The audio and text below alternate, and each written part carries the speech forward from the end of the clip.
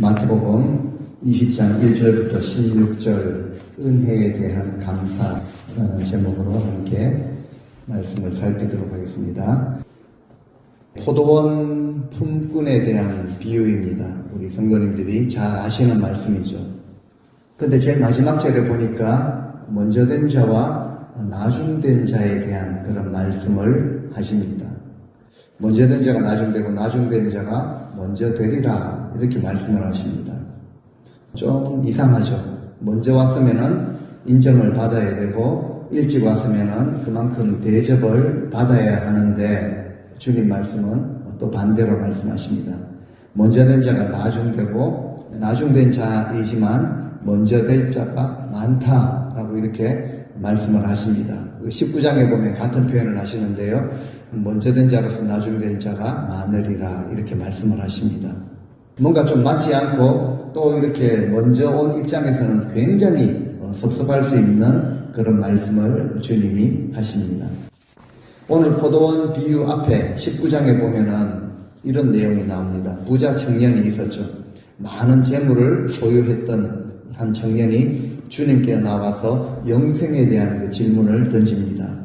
선생님이요, 무슨 선한 일을 해야지 영생을 얻으리까? 그러니까 이 청년은 인생에 가장 필요한 질문을 해결하실 수 있는 분에게 던졌습니다. 굉장히 중요한 질문을 잘 던졌죠. 주님의 대답이 이렇습니다. 네가 생명에 들어가려면 계명들을 지키라 하고 어떤 계명이 있는지 말씀하시죠. 살인하지 말라, 간음하지 말라, 도둑질하지 말라, 거짓 증언하지 말라, 네 부모를 공경하라, 내 이웃을 네 자신과 같이 사랑하라. 10계명에 나와 있는 지키기가 그렇게 쉽지 않은 그 계명들을 쭉 말씀을 하시는데 청년이 이렇게 대답합니다. 이 계명들을 제가 어려서부터 다 지켰습니다. 대단한 청년이죠.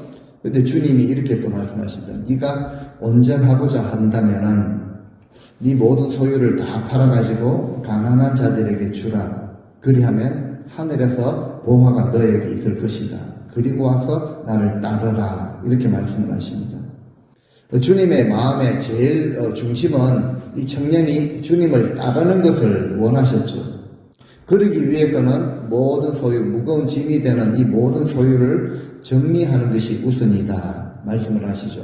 그리고 나를 따르라. 주님의 마음은 나를 따르는 것에 집중이 되어 있습니다. 그런데 이것은 쉬운 일이 아닙니다. 절대 쉬운 일이 아니죠. 어려운 정도가 아니라 거의 불가능에 가까운 일이라고 볼 수도 있습니다. 근데 우리 주님은 우리에게 영생을 주시는 분이기 때문에 그 영생, 이 구원의 가치죠. 오늘 우리가 찬송으로 난 여호와로 기뻐하고 즐거워하리 찬송을 했는데요. 우리에게 베풀어 주신 이 영생의 가치는 이 땅의 그 모든 소유물, 그 많은 소유물을 다 정리하고서도 얻어야 할 만큼 가치가 있는 것이다 라는 것을 주님이 알려주시는 것이죠. 맞습니다. 모든 것을 얻고도 모든 것을 가지고 있으면서도 이 귀한 영생을 얻지 못한다면 정말 불행 중에 불행이죠. 우리 주님은 우리가 소유하고 가지고 있는 것 자체를 거절하시거나 막으시는 분이 아닙니다. 근데 우리가 그 소유 때문에 거기에 마음을 빼앗기고 거기 마음을 두고 살다가 영생의 그 귀한 복을 잃어버릴까봐 이런 말씀을 하시는 것이죠. 주님이 베풀어 주신 구원에 비교하자면은 우리가 이 땅에서 부자 청년이 가지고 있던 그 많은 재물 아무것도 아니라는 것이죠. 근데 이제 이것을 옆에서 지켜보고 있던 제자들 중에 베드로가 나서서 이런 말을 합니다. 가만히 생각을 해보니까 배도 그물도 아비도 버리고 주님을 따랐거든요. 그래서 이렇게 또 묻죠. 주님, 우리는 모든 것을 버리고 주님을 따랐는데 우리에게는 하늘나라에서 어떤 보화를 누리게 할 것입니까? 기대를 가지고 물었죠. 주님의 대답이 정말 놀라운 대답입니다. 인자가 영광의 보좌에 앉을 때 너희도 12보좌에 앉아서 이스라엘 12지파를 심판하리라. 심판하는 그 권세를 가지는 이런 귀한 복을 허락하여 주시죠.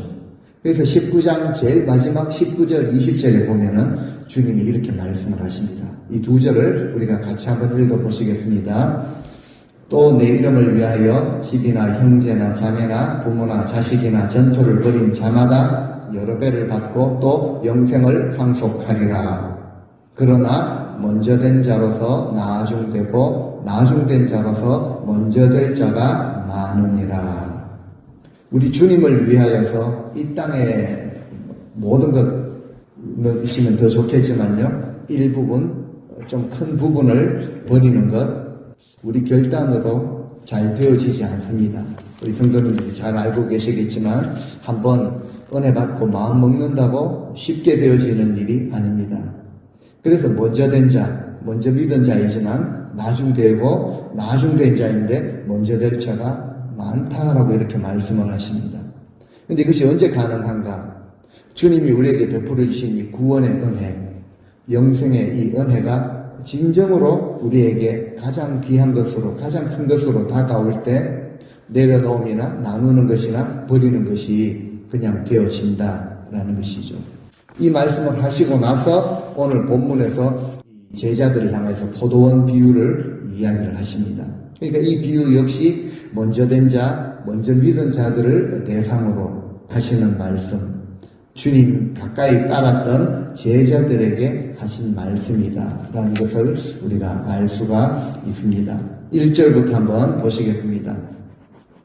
포도원 주인이 자기 포도원에 이제 일꾼들을 쓰기 위해서 아침 일찍 인력시장으로 나갑니다. 하루하루 품삯을 받아가지고 가족의 생계를 유지하려고 하던 자들이 모여있는 곳이죠. 새벽같이 나가가지고 그들은 자, 오늘은 누가 나를 좀 써주지는 않을까라는 기대를 가지고 기다리는 자들입니다. 그 포도원 주인이 아침 일찍 그곳에 갑니다. 새벽 6시 그 전에 나갔겠죠. 이제 인력시장에 나갔습니다. 하루에 필요한 만큼 일꾼들을 뽑았습니다. 2절에 보니까 그들에게 약속을 하죠.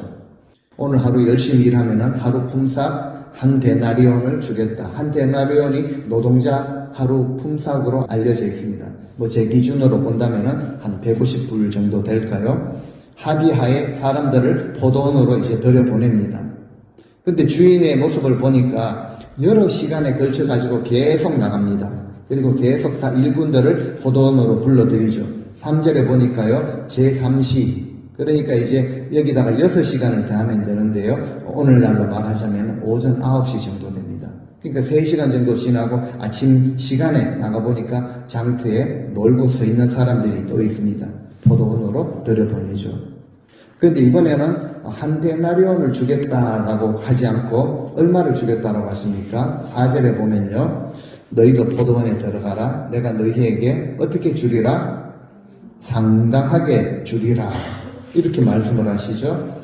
듣는 사람 입장에서는 얼마인지는 모르지만 영어 성경에 보니까 I'll pay you whatever is right. 아무튼 제대로 그렇게 챙겨주겠다라고 하신다니 두말 않고 포도원으로 들어갑니다. 이제 문제는 5절에 보니까 낮 12시 그리고 또 오후 3시에 나가보니까 또 사람들이 또 서 있습니다. 또 그렇게 들여보내죠. 6절에 보니까요. 11시 그러니까 몇 시입니까? 6시간 더 하면은 제11시는 몇 시 정도 될까요? 오후 5시죠. 오후 5시에 나가보니까 서 있는 사람들이 아직도 있습니다. 그때까지도 써주는 사람이 없어서 일자리를 얻지 못하고 서 있었죠. 이제 뭐 6시 정도 기준으로 본다면은 이제 뭐 한두 시간 후면은 일을 마감해야 되는데 그들 역시 포도원으로 들여보냅니다. 뭐 약간 이해가 되지는 않지만요. 오후 5시에 나가가지고 서 있는 사람들을 또 들여다보내죠. 7절 말씀을 같이 한번 읽어보시겠습니다. 이르되 너희는 어찌하여 종일토록 놀고 여기 서 있느냐.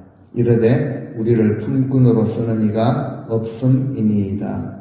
이르되 너희도 포도원에 들어가라 하니라. 막차를 탔다라고 볼 수 있습니다. 막차 탄 자들을 들여보내자마자 금방 해가 저물었죠. 하루 일과가 끝이 난 것입니다. 그리고 이제 주인이 직접 하지 않고 청지기를 시켜가지고 일꾼들을 다 모읍니다. 새벽 6시부터 오후 5시까지 들어온 일꾼들을 다 모아가지고 일당을 계산을 해주죠. 8절 말씀, 저물매 포도원 주인이 청지기에게 이르되 품꾼들을 불러 나중 온 자로부터 시작하여 먼저 온 자까지 삭설 주라 하니, 특징이 있죠. 먼저 온 사람들부터 이렇게 주는 것이 아니라 제일 늦게 들어온 사람부터 삭설 주라. 그래서 9절에 보니까 모두 지켜보는 가운데서 제일 나중에 들어온 사람, 오후 5시에 들어가서 1시간 정도 삽질 몇 번 했는데요. 이렇게 이제 일당을 챙겨주는데 한 데나리온을 다 줍니다. 해가 질 무렵에 들어갔고 문 닫을 때쯤에 들어가지고 그 일 몇 번 안 했는데 하루 일당 한 데나리온. 쉽게 표현하자면 오늘 미국에서 일당이 150불, 200불 정도 한다면요, 다 챙겨줍니다. 이걸 모두가 다 지켜보고 있었다라는 것이죠. 받는 사람도 기분이 굉장히 좋았을 텐데 당연히 일찍 들어와서 땀을 많이, 아침 새벽 6시에 들어가지고 하루 종일 땀을 흘리며 일한 자들 마음속에는 얼마나 기대감이 생겼겠습니까? 그것을 보는 순간 좀 흥분이 일어났을 것입니다. 여러분들 같으면 그렇지 않겠습니까? 오후 5시에 들어가지고 삽질 몇 번 안 했는데 한 데나리온, 한 200불을 다 주는 거예요. 그러면은, 야, 이거 아침부터 들어와서 땀 흘리면서 일했으니까 얼마나 많이 챙겨주실까, 이런 기대를 하지 않겠습니까? 10절에 보니까 엄청나게 더 받지 않을까, 그렇게 더 받을 줄 알았는데 어떻게 됐죠? 저희도 한 데나리온씩을 다 받게 됩니다. 아니, 우리에게도 똑같이 지금 한 데나리온만 주신단 말인가? 처음부터 땀 흘리며 고생한 사람이나 늦게 들어가지고 일 몇 번 안 한 사람이나 똑같이 대해 주시다니 당연히 지극히 당연한 마음이죠. 순간적으로 섭섭한 마음이 들었을 것입니다. 이것이 11절에 보니까 이제 집주인을 원망하는 것으로 바뀌죠. 아무리 생각해봐도 이거는 예전에도 말씀을 대할 때마다 다시 생각을 해봐도 이거는 공평하지가 않은 것입니다. 이런 방식은 우리 어떤 분들에게 이건 도저히 용납이 안 되는 것이죠. 일당을 이런 식으로 주는 것은 입장 바꿔놓고 생각해도 이해가 안 되는 것이 분명합니다. 그러니까 한순간에 원망과 불평이 생겨나는 것이죠. 이렇게 말합니다. 12절에 한번 읽어볼까요? 나중 온 이 사람들은 1시간밖에 일하지 아니하였거늘 그들을 종일 수고하며 더위를 견딘 우리와 같게 하였나이다. 이런 항변이 맞습니다. 오늘날 같으면 우리 유니언 결성을 하고 데모를 했을지 모르죠. 근데 어쨌든 이 비유를 마치고 제일 마지막 16절을 보니까 그 앞에 부자 청년에 대한 그 하신 말씀을 또 하시죠. 16절 같이 한번 읽어볼까요? 이와 같이 나중된 자로서 먼저 되고 먼저 된 자로서 나중되리라. 어쨌든 이 비유에 나오는 품꾼은, 일꾼들은요, 교회 안의 성도들을 의미한다고 볼 수 있습니다. 포도원 주인은 물론 하나님이시죠. 하나님 사랑이 많고 은혜가 풍성하신 분이신데 풍성한 은혜를 우리에게 주시는 하나님께서 이렇게 말도 안 되는, 이런 이해도 안 되는 이런 비유를 그렇게 말씀을 하시는가? 도대체 무슨 목적으로 이런 말씀을 하셨을까요? 이 비유는 주님을 믿고 따르는 제자들을 위해서 하신 것이죠.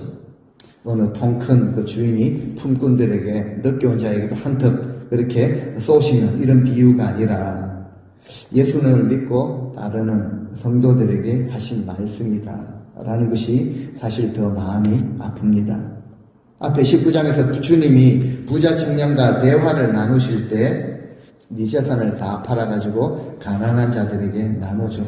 그리고 나를 따르라. 그러면 하늘에 네 보화가 쌓일 것이다 라고 하셨을 때 지켜보던 제자들 베드로의 마음에 이런 생각이 들었죠. 우리가 영생을 위해서 다 버리고 주님을 따랐는데 우리는 나는 무엇을 얻을까? 아마 엄청난 것을 얻을 것이라 이런 기대를 가지고 질문을 했죠.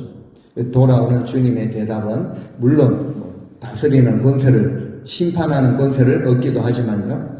나중된 자로서 먼저 되고 먼저 된 자로서 나중된 자가 많으리라 라고 하시죠. 주님이 이렇게 말씀하신 이유가 있습니다. 바로 주님은 그 마음의 중심을, 마음에 그 계산하고 있는 그 마음을 아신 것이죠. 주님이 보실 때 주님을 따르려고 이렇게 모인 그 제자들 마음 속에 보상심리가 자리를 잡고 있구나.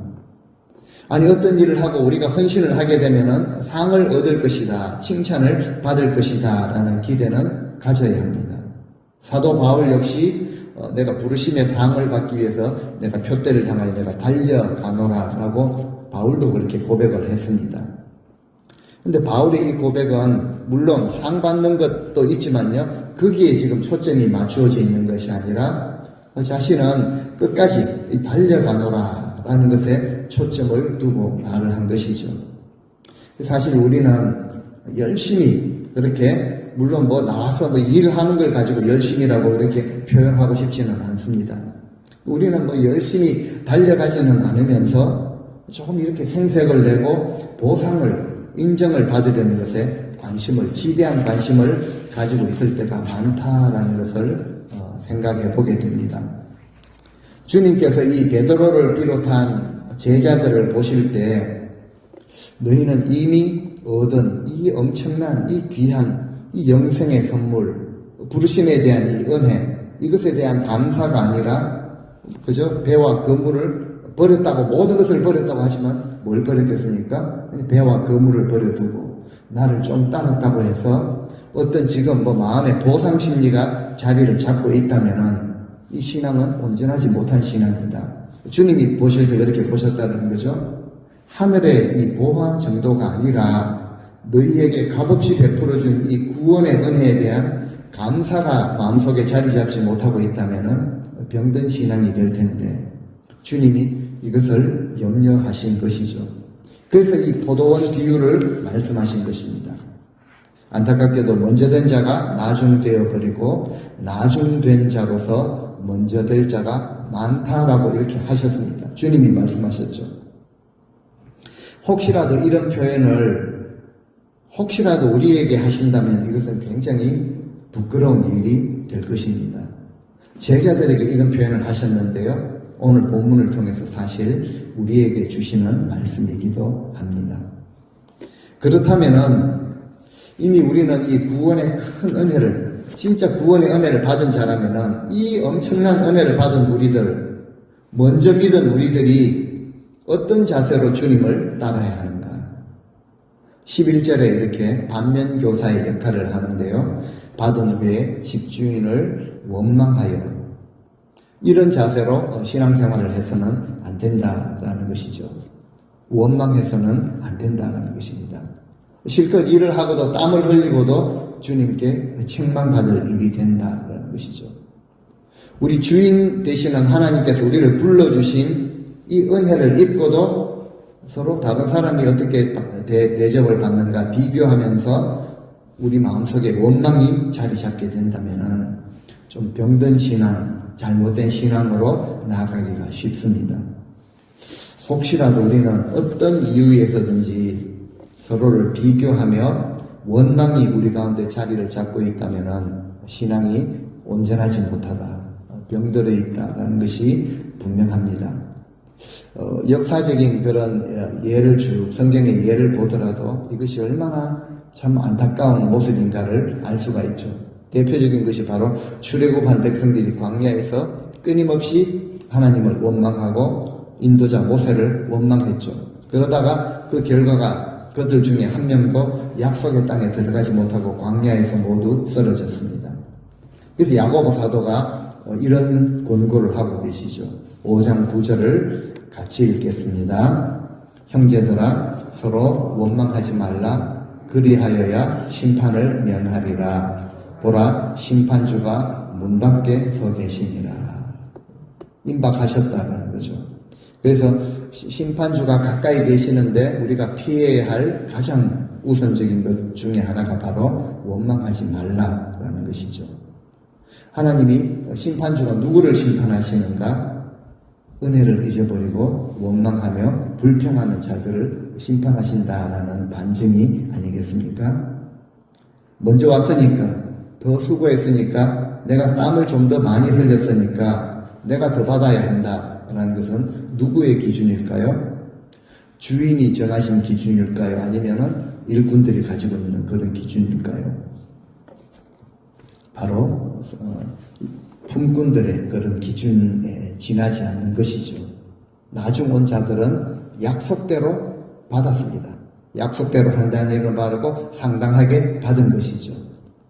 먼저 온 자들이 더 받아야 했는데 더 받지 못한 것이 아니라는 것이죠. 이것은 사실이죠. 약속대로 그들도 품삯을 하루 살아갈 수 있는 품삯을 받은 것입니다. 은혜를 입었다는 것이죠. 은혜를 입었다면은 주인에게 감사를 해야 했는데 원망하게 되었다라는 것이죠. 그런데 그들 마음속에 가지고 있었던 공통적인 생각, 더 수고했다, 더 많이 했다라는 생각은 자기 의에서 나온 것입니다. 사람들의 기준으로 보면은 더 받아야 할 충분한 이유, 타당성이 있습니다. 근데 주인의 입장에서 보면은 잘못한 것이 하나도 없음에도 불구하고 마치 주인이 큰 실수를 한 것처럼, 큰 잘못을 한 것처럼, 오류를 범한 것처럼 원망하며 불평하게 된 것이죠. 우리가 주님 앞에서 잠잠히 우리 자신을 생각해 본다면은 먼저 부르심을 받았다라는 것 자체는 엄청난 축복입니다. 오늘 본문에 보면은 많은 사람들이 일자리를 얻기 위해서 장터에 모여 있는 그 모습을 우리가 한번 상상해 보시면 좋겠습니다. 예전에 오래전에 한번 나누었는데요. 인터넷에 이런 기사가 있어서 오늘 잠깐 한번 읽어드리겠습니다. 제목이 오늘은 제발 일거리가 있었으면, 기자가 쓴 글인데요. 1월 3일 오전 5시 서울 양천구 신정동 인력시장, 인부들을 태우기 위한 승합차가 쉴 새 없이 오가지만 정작 차에 타는 인원은 고작 4-5명이다. 겨울철인 탓에 막품 팔 사람을 필요로 하는 곳이 적기 때문이다. 중국 동포 불체자들이 늘어나면서 그나마 일자리 찾기가 더 어려워졌다. 패복으로 불을 피워놓고 몸을 녹이는 모습엔 삶의 고단함과 오늘의 작은 희망이 교차한다. 어느새 멀리 동이 터오고 일감을 구하지 못한 사람들은 해장국집으로 발길을 돌린다. 제목이 오늘 제발 일거리가 있었으면 이라고 되어 있습니다. 제발 부르심을 입었으면 이라고 번역을 해볼 수 있겠죠. 우리가 부르심을 받았다면 이것은 은혜입니다. 먼저 부르심을 받은 것 자체가 엄청난 축복이라는 것이죠. 세상의 모습, 인력시장을 생각해 보면 알 수가 있습니다. 연말에도, 연초에도, 우정에도, 추석에도 새벽 5시 많은 인부들이 모닥불을 쬐며 일자리를 기다리지만 나타나는 차량마다 다른 사람들을 다 뽑아간다면, 미니밴이 와서 필요한 일꾼을 뽑는데 먼저 뽑힌 자들은 얼마나 행복하겠습니까? 집에 있는 가족들 얼굴이 스쳐 지나가죠. 아빠 오늘은 신발 사주세요. 저녁에 오실 때 맛있는 거 사주세요. 아이들 얼굴이 지나가죠. 그런데 아침 일찍 와서 기다리는데 뽑히지 못했다면, 정오가 넘어갔는데 아직도 뽑히지 못했다면 오늘 중에 누가 나를 과연 써줄지도 의문입니다. 기회가 더 안 올지도 모르죠. 그렇다면은 뽑힌 자들은 얼마나 감사를 해야 하겠습니까? 시간이 지날수록 더 초조해지는데 아침 9시, 낮 12시, 오후 3시 이쯤 되면 포기하고 그냥 자기 돈으로 국밥 한 그릇 사 먹고 돌아가야 하지 않겠습니까? 기적적으로 오후 5시에도 뽑혀갑니다. 이 정도면은 엎드려 절을 하며 감사를 드려야 하지 않겠습니까? 우리의 모습은 어떨까요? 계신 분들은 다 가진 것이 있죠. 풍족하게 가지고 계신 분도 계십니다. 그렇게까지는 안 하겠죠. 나갈 일도 없고 뽑혀간다 그래도 이렇게까지 감사를 하겠습니까? 하지만 우리가 인력시장에 서 있는 상황이라면, 그것도 정오를 훨씬 지나 오후 3시가 되고 5시가 가까워지는 그 시점이라면은 우리의 마음이 어떨까요?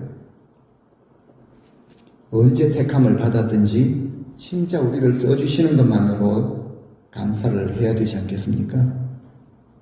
암이나 어떤 질병이나 우리 인생에 어떤 큰 시련이 있기 때문에 우리의 신앙이 병드는 법은 없습니다. 보니까 오히려 더 굳건해지더라고요.